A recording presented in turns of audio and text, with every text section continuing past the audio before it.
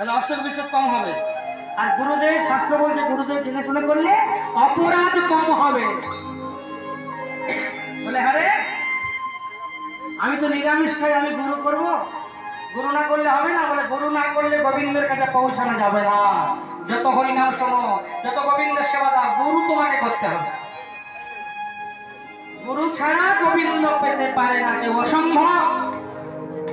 এরকম অনেক প্রমাণ আছে বাবা।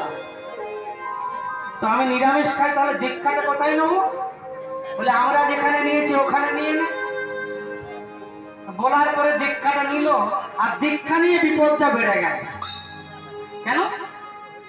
যারা গুরু করেছেন তারা জানেন, গুরুদেব বৎসরে একবার আসে না।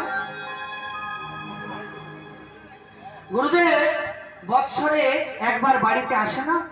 যারা দীক্ষা নিয়েছেন, গুরুদেব প্রকট থাকলেন, ওই নতুন শিষ্য বাড়ি এলো। হ্যাঁ বাবা, আমি কারো হাতে তো খাই না, নিজে হাতে রান্না করে খাই। এক কাজ কর, একটা ফর্দ বানিয়ে দিচ্ছি, যা কেনাকাটা করে নিয়ে আয়। শিষ্যের হাতে একটা ফর্দ ধরে দিল, শিষ্য ফর্দটা পড়ে দেখছে। গুরুদেব মাঝখানে লিখেছে, বাবা একটা ছোট পোনা মাছ আনবি।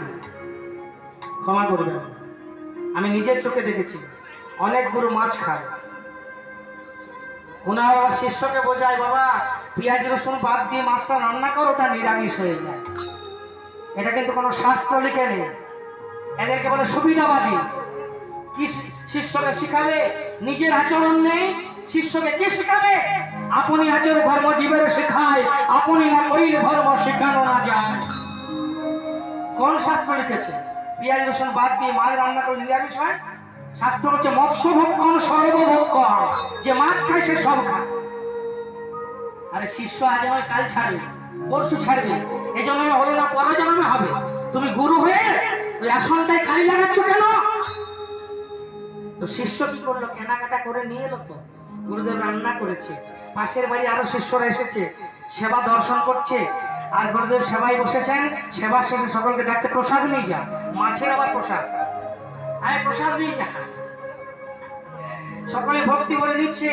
আর যে শিশুটা নিরামিষ খেত, ও মনে মনে ভাবছে, হাই হাই, আমি তো গুরু প্রসাদ নিয়ে আমার তো মাছ খেতে হবে গো। তখন চিন্তা করছে, আমার গুরু আমার উপযুক্ত হয়নি, তাকে নরকে যেতে হলো।